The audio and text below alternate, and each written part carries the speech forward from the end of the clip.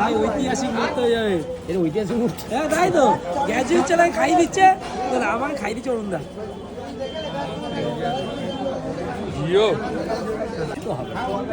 এবার আমরা তো ডেলি, উনি হচ্ছেন গ্র্যাজুয়েট চাওয়ালা।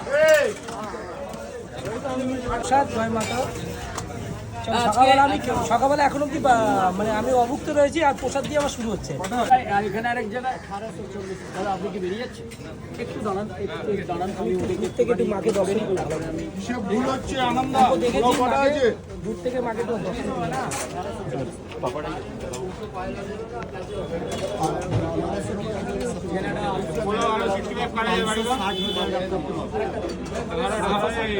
সো ফাইনালি জয় মাতা অরুণদার দাদা আমাকে, আমি বলেছি পেটের অবস্থা ভালো না আমার, বাইরে আমি খুব কম খাই, দাদা আমাকে ভালোবেসে এটা দিয়েছে। দাদা এটা কি আছে অ্যাকচুয়ালি? এটা মশলা কুলচা, এটা পনির ভর্তা, ধনেপাতার চাটনি আর আছে স্যালাড। তো দাদা দিচ্ছে, দাদার চলো ট্রাই করি। দাদার সামনে দাদার দোকানের রিভিউ। ভাই ঐতিহাসিক মুহূর্ত হয়ে যাবে।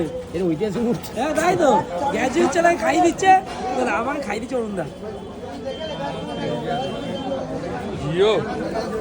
অরুণদা তুমি একবার খাও দেখি কেমন লাগে। ভাত একবার খেলে কিচ্ছু হবে না, কিছু তো হবে। এবার আমরা তো ডেলি রিভিউ দিই, এবার তোমার থেকে রিভিউ জানতে চাই। আমার থেকে রিভিউ জানতে চাই? হ্যাঁ,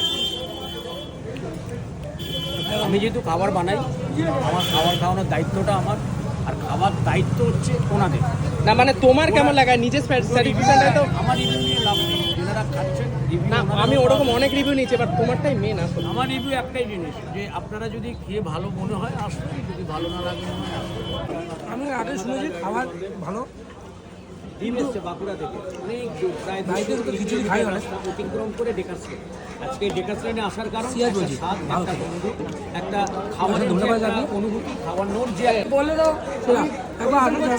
আমি তো আছি, বলে দাও বাংলার সেরা চা খেতে হলে আসতে হবে গ্র্যাজুয়েট চার সবে। স্ট্রিট ফুড মানে হচ্ছে আমাদের ভাইরাল দোকানগুলো প্রত্যেকটাই ভালো। অরুণদা আবার আমার জন্য নিয়ে আসলো গন্ধরাজ ফুলকপি আর কুলচা। চলো একটা বাইরে হয়ে যাক, গন্ধরাজ ফুলকপি। দাদা আমাকে মানে দোকানের সব খাবার খাইয়ে ছাড়বে।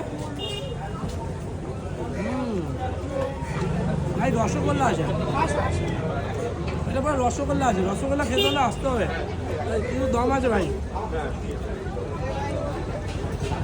সিরিয়াস দম আছে খাবার, সেই খাবার।